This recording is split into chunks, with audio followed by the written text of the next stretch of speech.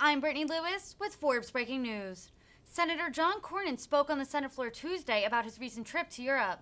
The Texas Republican joined GOP Senators Mitch McConnell, John Barrasso, and Susan Collins on a visit to Kyiv.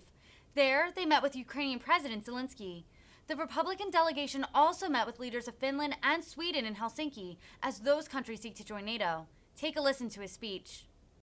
Madam President, I'd ask unanimous consent to speak for up to 15 minutes prior to the scheduled vote.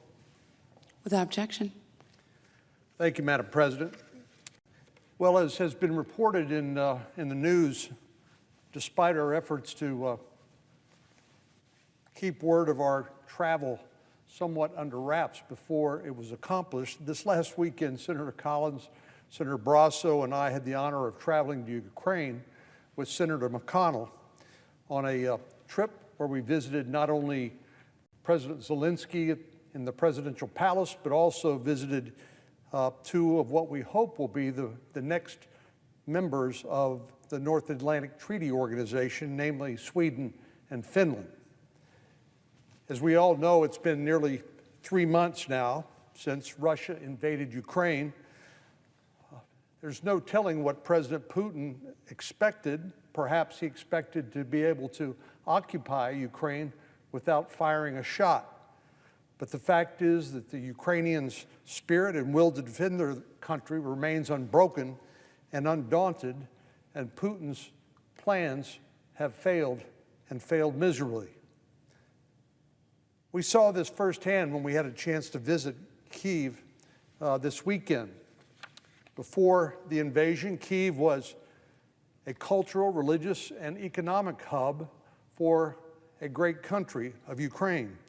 Despite being damaged by Russia's failed attempt to seize the city and occupy Ukraine, Kyiv still embodies the Ukrainian will to survive against all odds. When we were there, we met, of course, with President Zelensky and his advisors. They have done what I think we all hope we would do in the face of an unprovoked invasion, and that is to remain steadfast in dedication to your people and your country. President Zelensky's leadership has inspired free nations and free people around the world. His unwavering commitment to Ukraine and its sovereignty has helped rally the rest of the freedom-loving world to come to the aid of Ukraine in a number of different ways. President Zelensky, of course, is a product of Ukrainian culture that values strength, resilience, a love of homeland, and we know that the people of Ukraine are the same and certainly no different. The Ukrainian people are determined not just to defend their country, but to win in this fight against Russia, and that's what they have been doing. What they've asked of us is to give them the tools that they need to fight their own fight. Since the earliest days of this invasion, the U.S. has provided billions of dollars in military and humanitarian assistance. And we continue looking to President Zelensky so we can understand what more is needed. This is not only a security crisis, this is a humanitarian crisis as well, since Ukraine is known generally as the breadbasket of Europe. He and his advisors warned us about the possibility of global food shortages caused by Russian blockade of Ukrainian ports. This will lead to widespread famine, not just in Europe, but throughout Africa, and spread the pain far afield from Europe. When it comes to military aid, President Zelensky emphasized a message he has consistently shared with us. We need more, and we need it faster. More Stingers, more Javelins, more air defenses, more lethal aid. Last week, President Biden signed a bill that I introduced along with Senators Wicker, Cardin, and Shaheen, which was called the Ukraine Democracy Lend-Lease Act. This legislation is rooted in the same Lend-Lease legislation that President Roosevelt signed into law in 1941, which allowed the United States to supply Great Britain and other allies with military equipment. At that time, President Roosevelt vowed to transform the United States into what he called the arsenal of democracy, and the Lend-Lease Act helped accomplish that. This legislation, the Ukrainian Democracy Lend-Lease Act, which has now been signed into law by President Biden, cuts red tape so we can quickly give Ukraine what it needs to win the war against Russia. During our visit, President Zelensky shared with us the importance of this historic Lend-Lease program. We also discussed our commitment to helping Ukraine until they are victorious and encouraging our allies and partners around the world to work with us, to continue to work with us to make sure that Ukraine has what it needs to defend itself. And of course, we are now, as I said, just shy of 3 months into this war, and we know that we will be called upon to do more. But we all have a part to play in ensuring that Putin ultimately abandons as futile this mission to recreate the Soviet Union. This week, as we know, the Senate will consider a supplemental funding bill to provide Ukraine with even more security and humanitarian assistance. I know there are some who disagree with more funding for Ukraine. To them, I would say this funding, this support, this military and humanitarian support is not strictly an act of altruism on our part. We are doing this also because allowing Ukraine to defend itself is in our best interest. We can't kid ourselves by thinking Putin would simply end with his brutal conquest of Ukraine, or if he did, that he wouldn't start it up again in the near future. If Putin took Ukraine, or a sizable portion of its geography, this would be just the next domino to fall in Putin's mad drive to try to cobble together whatever he can of the old Russian Empire, which would have extreme consequences for America and the rest of the world. Even though Ukraine is not a member of the North Atlantic Treaty Organization, the outcome of this war will without a doubt have an impact on the United States and our NATO allies. An invasion of a NATO country would trigger Article 5 of the North Atlantic Treaty Alliance, which would require us to come to the aid and the defense of a fellow member of that alliance. Already, Putin has made threats against Moldova, Romania, and now Sweden and Finland. His actions are an attack on the entire West and threaten peace and security around the world. And it's literally a threat on the idea of freedom itself. Today, the front line is Ukraine. Where that front line will shift tomorrow is largely up to us and the Ukrainians. Peace on the European continent is a peace fought for and won by the sacrifices of many that came before us.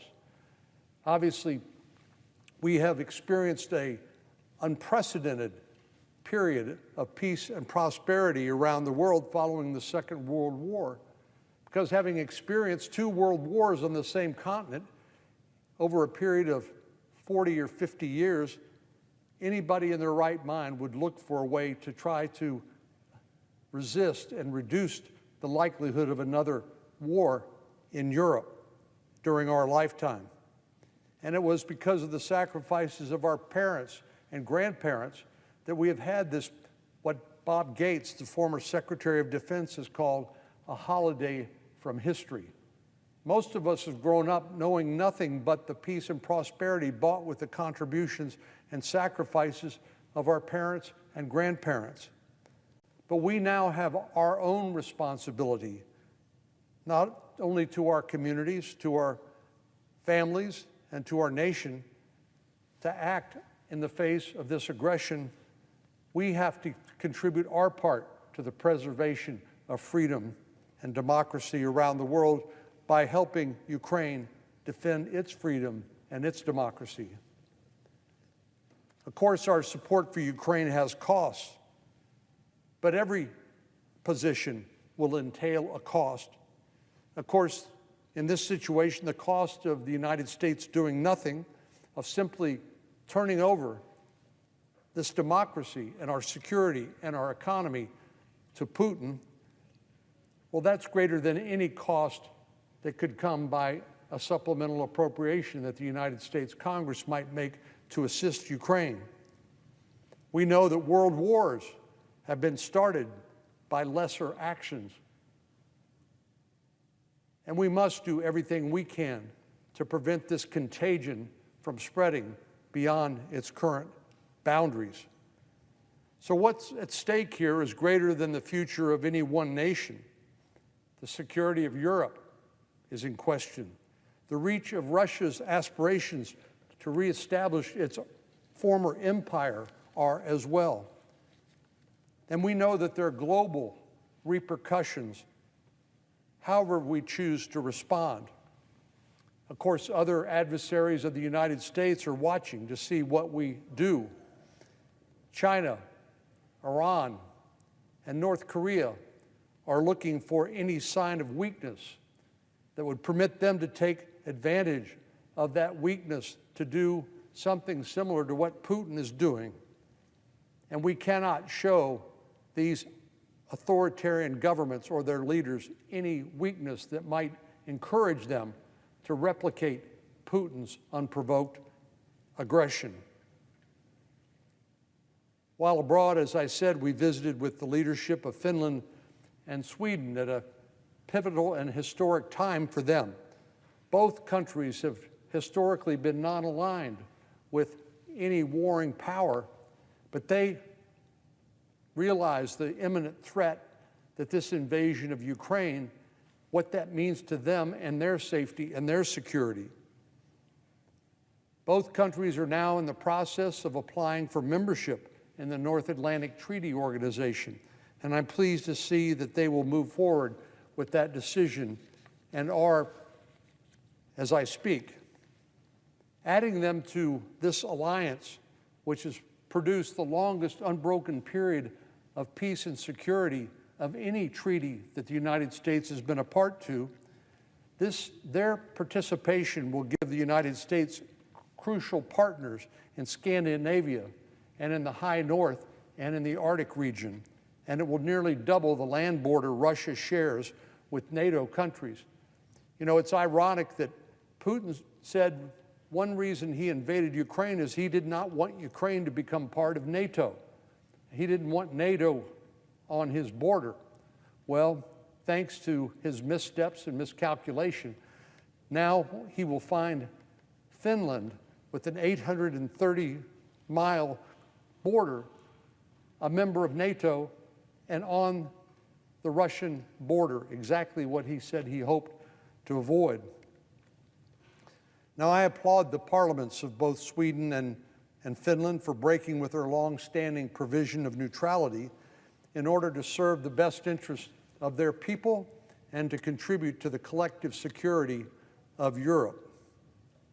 Sweden and Finland will be much safer thanks to this bold decision by their governments, and they will certainly add value to NATO and enhance the deterrence of this collective defense agreement known as the North Atlantic Treaty Alliance. During our meetings, I told our colleagues, our parliamentarians from Sweden and Finland, that I back their accession unequivocally. Both of these countries have seen and acted on a major lesson from Putin's invasion of Ukraine.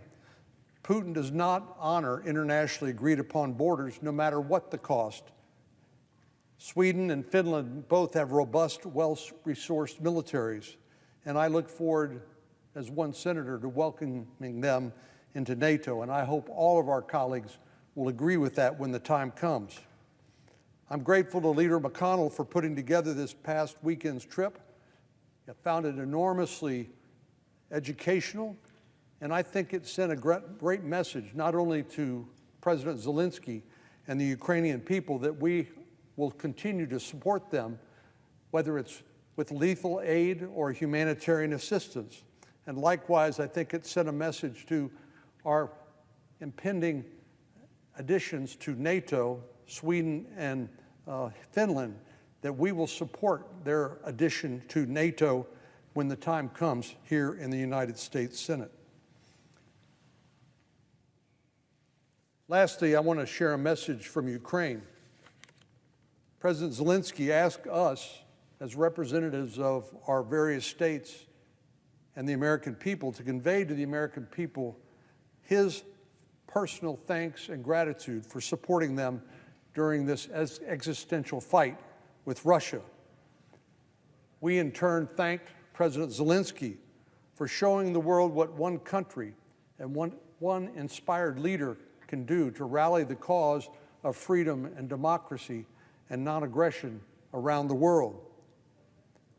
President Zelensky and the Ukrainians have changed the course of history for the better, and we unequivocally are with the Ukrainian people in their fight to remain a sovereign democracy. Mr. President, I yield the floor.